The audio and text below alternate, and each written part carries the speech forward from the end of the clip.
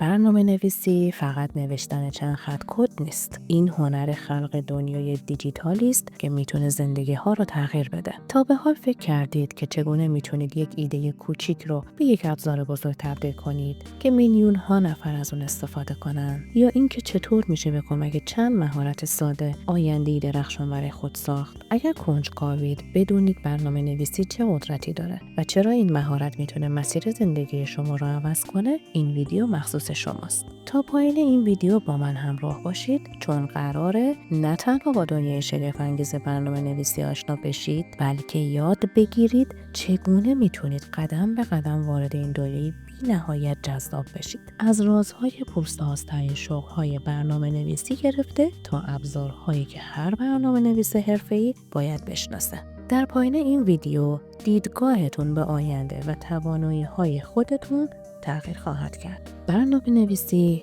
یک دنیای جذاب و پر از خلاقیته که به شما این امکان رو میده تا ایده هاتون رو به واقعیت تبدیل کنید. مهم نیست که در کدوم شاخه فعالیت میکنید. هر بخش از برنامه نویسی فرصتی برای یادگیری و رشد فردی فراهم میکنه. با پشتکار و علاقه میتونید به موفقیت‌های بزرگی برسید و از مسیر حرفه‌ای خودتون لذت ببرید. برنامه نویسی سفر به دنیایی است که در آن ایده ها جان میگیرند و رویاها به واقعیت تبدیل بشن. حالا که فهمیدیم برنامه نویسی چیه و چه شاخه ها و گرایش هایی داره، بریم سراغ پاسخ دادن به چند سوال پرتکرار دانشجوها. مطمئنم این سوالات دغدغه بسیاری از شما عزیزانی هم هست که به تازگی به ما پیوستید. پس با دقت گوش کنید و اگر سوالی دارید حتما در دیدگاه ها برام بنویسید تا پاسخ بدم. حالا فرق بین برنامه نویسی تحت وب با بقیه گرایش ها چیه؟ برنامه نویسی تحت وب تمرکزش روی ساخت و توسعه پایگاه‌های اینترنتی و نرم افزارهای اینترنتیه، در حالی که سایر گرایش‌ها مثل هوش مصنوعی به توسعه الگوریتم‌ها و مدل‌های پیش‌بینی تمرکز می‌کنه یا بازی سازی روی ایجاد بازی‌ها. هر کدوم هدف و ابزارهای خاص خودشون رو دارن. حالا فرق بین فرانت و بک‌اند چیه؟ آیا یک نفر تونه هر دو رو یاد بگیره؟ تفاوت بین فرانت و بک‌اند در اینه که فرانت به بخش‌هایی از یک پایگاه یا نرم افزار اشاره داره که کاربر می‌بینه و با اون تعامل می‌کنه، مثل طراحی صفحه‌ها و ظاهر کاربری. بک‌اند به بخش‌هایی اشاره می‌کنه که پشت صحنه کار می‌کنن، مثل سرورها، پایگاه‌های داده و منطق برنامه. و بله، یک نفر میتونه هر دو رو یاد بگیره که بهش میگن توسعه دهنده همه جانبه. چه زبانی محبوب تر است؟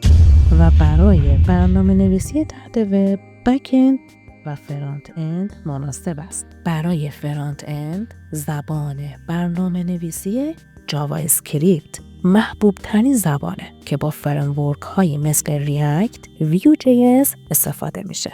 و برای بخش بک‌اند زبان هایی مثل جاوا اسکریپت، نود جی اس، پایتون و جاوا بسیار محبوبند. هر دوی این زبان ها برای هر دو حوزه مناسبند. چه ابزارهایی برای برنامه نویسی نیاز است؟ برای برنامه نویسی ابزارهای مهم شامل یک ویرایشگر متن مثل ویژوال استودیو برای نوشتن کدها، یک محیط توسعه مثل نود جی اس و یک سامانه مدیریت نسخه مثل گیت برای مدیریت تغییرات کدها. این ابزارها به شما کمک میکنه تا به طور مؤثر و کارآمد کد بنویسید و پروژه ها رو مدیریت کنید. آیا شغل‌های پرسود برای برنامه نویسی تحت وب وجود داره؟ بله، شغل‌های مربوط به برنامه نویسی تحت وب هم در بخش فرانت اند و هم بک‌اند جزو شغل‌های پرسودن.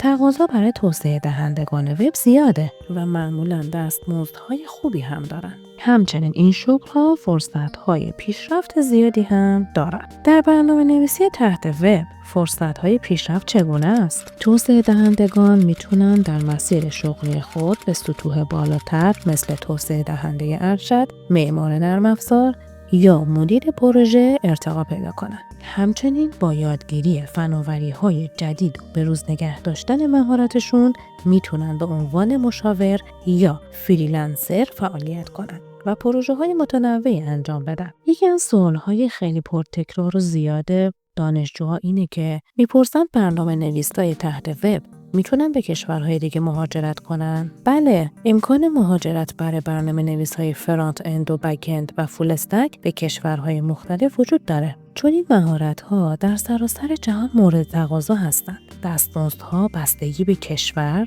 سطح تجربه و تخصص داره.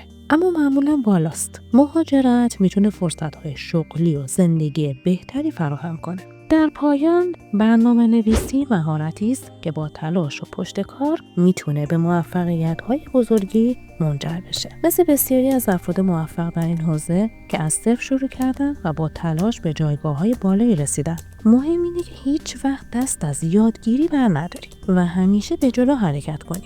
اگر به دنیای برنامه نویسی علاقه داری و میخوای مهارت هاتون رو از پایه تا پیشرفته ارتقا بدین، حتما به کانال کدلند آکادمی سر بزنید. ما اینجا آموزش های مفید، عملی و پروژه محور برای توسعه وب، برنامه نویسی و ابزارهای کاربردنی به زبان ساده و روان ارائه میدیم تا شما بتونید برای بازار کار در ایران و حتی کشورهای دیگه آماده بشید. لطفاً با سابسکرایب کردن کانال و به اشتراک گذاشتن ویدیو با دوستانتون و عزیزانتون از ما حمایت کنید. با این کار نه تنها به دیگران کمک میکنید تا برنامه نویسی رو یاد بگیرن، بلکه به ما هم انگیزه میدید تا آموزش‌های بیشتری برای شما آماده کنیم. منتظرتون هستیم.